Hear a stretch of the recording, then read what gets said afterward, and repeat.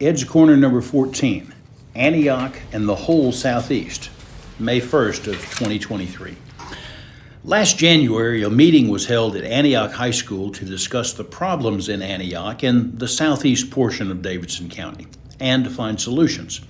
A cold night, a galious night, as described by that great American author writing the great American novel, Snoopy. It was a dark and stormy night, with tree falls all across the county. Fittingly, hardest hit was the southeast, but the meeting was nonetheless well attended. The 400-seat auditorium was almost full, the crowd passionate and curious. The host, Vice Mayor Jim Schulman, had his hands full with questions and concerns coming nonstop to him and representatives from a dozen metro departments: police, fire, water and sewer, parks, schools, NDOT, the list went on. 5 council members. 2 weeks ago, a follow-up meeting was held. A lovely spring evening. There were about 30 people there. But they were the stalwarts who were at every meeting, plus some newbies. And there on such a lovely evening, they were more passionate than curious. They knew why they were there. Same Schulman, same departments, 3 council members.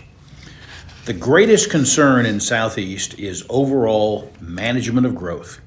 But it isn't about Hickory Hollow, now Global Mall, and the changes there. People want the mall redone as long as it has a more local flavor. Having been there for 40 years, they really think of it as their neighborhood mall, a feeling continually expressed in Council Member Joy Stiles' separate series of public meetings on the mall. And they do like that there are new tenants coming to the new venue, Century Farms. But they hate all the trees that the Century Farms developers have cut down. Large trees, beautiful trees, trees which, by their very presence, reflected the history and character of the area. Majestic trees that will be replaced by a parade of broomsticks. A large tree is a vertical detention pond. A broomstick, mere clutter. So it isn't so much management of growth that is the problem, but that the growth has caused a loss of the character of the area. Not just the loss of the rural nature, the feel, but the loss of hard assets, leafy assets, native trees and shrubs replaced by invasive species like Bradford pears. And the stormwater and the flooding and the strain on the infrastructure, the roads, the electric grid.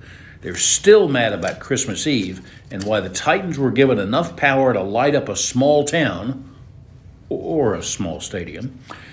But people in Antioch were without electricity for hours on end in 20-degree cold. And a new charter school's utter disregard for the traffic problems they will cause and the runoff into Mill Creek their site pref is causing right now. They're on a state road, so NDOT has no influence. The narrow, windy, old country roads are now overrun by traffic from new developments and street racers. NDOT doesn't have the money to widen, and Metro Police doesn't have the manpower to slow them down. Given the commercial bandwidth of Global Mall and Century Farms, much future development will be residential. Residential, that is, 1 and 2 family developers, need to look at the fairly new cluster lot option, which allows for, clustering of units so as to preserve the undeveloped portion's natural features. It does not apply to multifamily or non-residential or mixed use. Protecting the character of the area and addressing stormwater concerns this time will make it easier to work with the area next time.